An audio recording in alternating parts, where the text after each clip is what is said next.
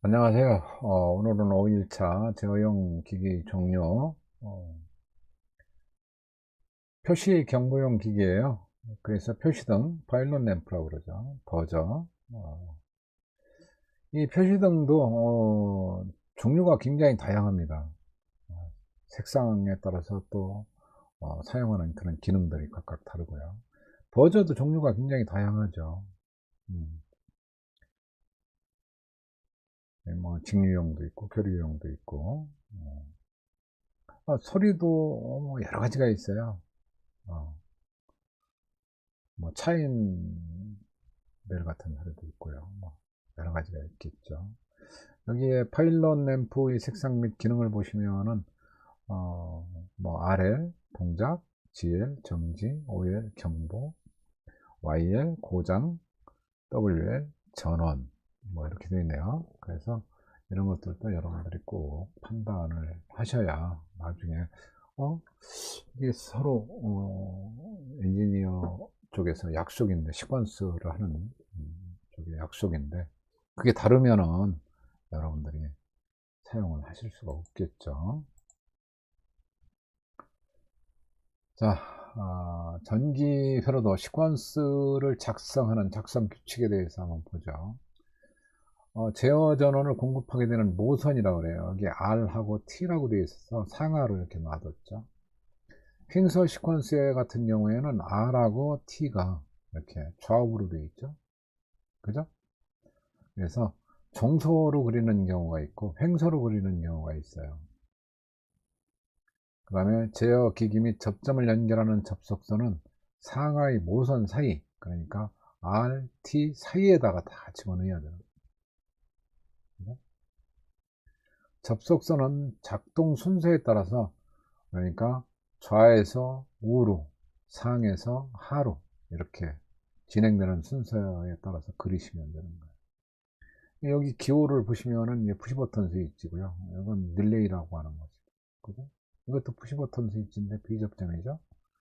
여기 RY라고 되어 있는 이 부분들은 이 릴레이에 소속되어 있는 접점들다 이렇게 보시면 돼요. 네. 그 다음에 개폐 접점을 가진 제어기 접점 코일만을 표시하고 그 다음에 접점과 코일은 분리해서 분류를 합니다. 이렇게. 이건 코일이고요. 이건 접점이에요. 분리가 됐죠. 제어기 접점과 코일 등이 분산되어 사용된 경우 제어 기기명을 표시한 문자기호, 여기다 문자를 써야 되겠죠. 릴레이가 3개, 4개야. 그러면 똑같이 다 RY라는 기호를 다 써주면은 어떤 건지 모르잖아요. 그래서 RY 1번, RY 2번 이렇게 표시를 해줘야 되겠죠. 문자 기호를 첨가해서 서로 관련 상태를 표시를 해야 됩니다. 종료에는 EWD라고 하는 방식이 있어요. 이것은 그냥 제어 동작을 이해하기 쉽도록 각 기구적 기계적인 관계를 무시합니다. 무시해서 그냥 제어 회로를 동작 순서대로 그린 거예요. 이렇게. 여기가 이제 주회로가 되고요. 여기가 제어 회로가 되는데, 각종 뭐 스위치들이 다 혼합되어 있죠. 근데 우리가 기능 시험에는 다 이렇게 이런 도면을 다 봅니다. 이런 도면 갖고 해요. 예, 작성하기가 좀 쉽고요. 그 다음에 시퀀스도를 해독할 때는 동작 순서에 따른 설명을 한 번에 할 수 있어요. EOCR 있고, EOCR이 뭐 트립되면은, 트립돼서 A 접점이 붙으면은, 이 플리커 릴레이가 동작하고, 그 다음에 이 플리커 릴레이의 접점, A 접점, B 접점에 따라서 이게 교대 전멸한다고 그랬으니까, 버저하고 RY가, 그러니까 옐로우 램프가, 교대 동작한다. 이렇게 이해를 하실 수가 있죠. 네, 시퀀스를 그리는 방법은 CWD라는 방식도 있어요. 이 방식들은 여기에 보시면은 이게 뭐 N1A, N1B, N1C 해서 어, 세 블록으로 이렇게 나눠 놨잖아요. 그죠? 여기는 단자대를 정의를 하는 거고요. 그러면 여기 1번 단자에서 1번 단자로 2번 단자에서 이렇게 따라서 가보시면 2번 단자로 3번에서 3번 단자로 이렇게 되어 있는데, 여기 보시면은 이제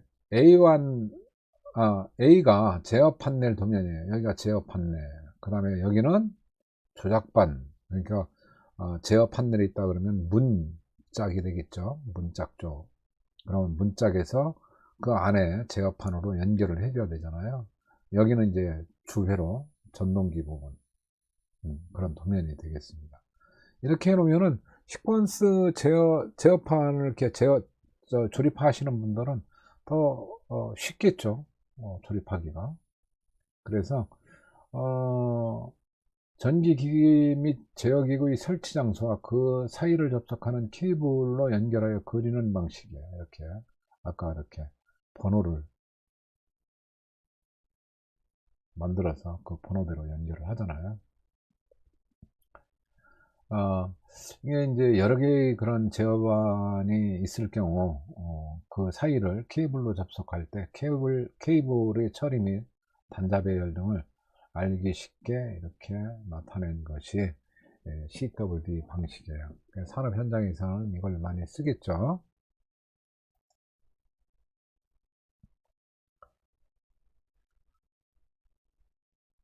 다음은 전기 회로의 설계 방법에 대해서 설명을 드릴게요. 동작 설명이라는 게 있어요. 이런 장치가 있다 그러면은 이런 장치를 어떻게 동작하는 방법을 언어로 설명을 해 놓은 거예요. 글로 설명을 해 놓은 거죠. 여기 예를 들어서 1번 같은 경우 전원을 원하면 PLC와 EOCR에 전원이 공급되면 표시등 WL과 GL이 점등된다. 이렇게 기동 스위치를 누르면 배수 펌프 1번이 동작하고 RL 1번이 점등, RL GL 소등, PB2를 누르는 동안만 배수 펌프 1번과 RL 1번이 점등, 이때 GL은 소등된다. 그런 동작을 이렇게 설명을 보고 이 작도를 해야 되는 거예요. 설계를 해야 되겠죠. 동작 설명을 보고. 그래서 이런 부분을 우리가 동작 설명이다 이렇게 정의를 하고요. 그 다음에 이제 타임 차트라는 게 있어요. 타임 차트라고 하는 것은 X축의 시간이에요. 그 다음에 이쪽 Y축에는 각 기구의 그런 상태를 나타내는 거예요. 그래서 이 X축에서 이렇게 튀어 올라가 있는 부분은 하이라고 그러죠. 하이. 없는 부분은 로우라고 그래요. 그러니까 하이로 관계로 정의를 해서 동작사항을 각 기구의 동작사항을 이렇게 그래프로 표시한 거예요. 입력, 출력, 상태 및 관계를 시간에 따라 어떻게 변화하는지를 나타내는 일종의 그래프. 타임 차트를 그릴 때는 XY 좌표를 사용하며 X축에는 시간, Y축에는 기구, 하이로라고 그랬죠. 1 또는 0이라고 그랬는데 1은 ON이 됐다는 얘기고요. 동작 ON이 됐다는 얘기고요. 0은 정지 또는 동작을 안 시킨다는 뜻이겠죠. 그래서 이런 타임 차트만 가지고도 여기에 맞는 이런 시퀀스 도를 그릴 수 있어야 되겠죠. 그래서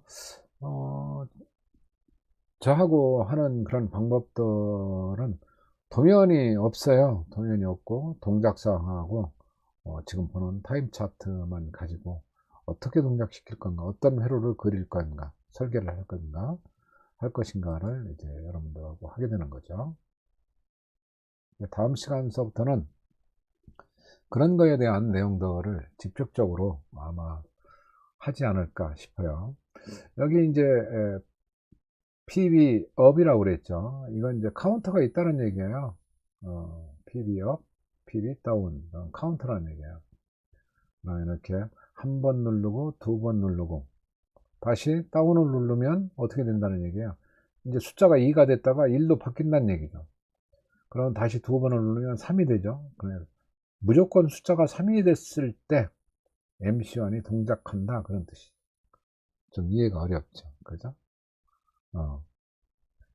그 다음에 이걸 한 칸에 이제 예를 들어서 뭐 시간을 정해주면 돼요. 한 칸을 1초라고 정의를 한다 그러면은 3초 후에 MC2가 이제 자동으로 동작을 해야죠. 그 다음에 다시 3초 후에 MC3가 동작을 하고요. 이게 반복이에요. 또 바로 이게 동작이 3초가 완료가 되면은 바로 또 동작을 하는 거예요. 3초로. 그러다가 다운을 눌러서 숫자 하나가 탁 내려가는 순간 정지죠.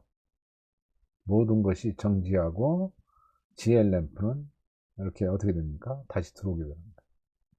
언제까지? 다시 3이 될 때까지. 이걸 또 눌렀다는 것은 2가 됐다가 3이 되는 거잖아요.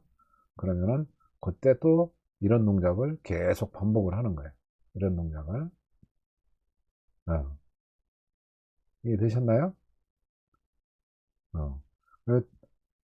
또 한 번 누르면 또 정지죠. PB2를 누르면 정지예요. 다시 한 번, 두 번, 세 번, 3이 됐으니까 또 동작을 하는 거예요. 또 동작. 그러다가 EOCR이 딱 트립이 되면은, 버저하고 YL이 이렇게 교대 전멸을 하는 거예요. 언제까지? EOCR을 리셋시킬 때까지. 그래서 이런 타임 차트 판독을 여러분들이 잘 할 수 있어야 됩니다. 그래서 다음 시간서부터는 그런 것들을 아주 기본적인 것부터 하나하나 어떻게 해결해 나가는 거를 설명드리면서 저하고 같이 설계하는 방법들을 배워보도록 하겠습니다. 오늘도 수고들 하셨고요. 다음에 다시 뵙도록 하겠습니다. 수고하셨습니다.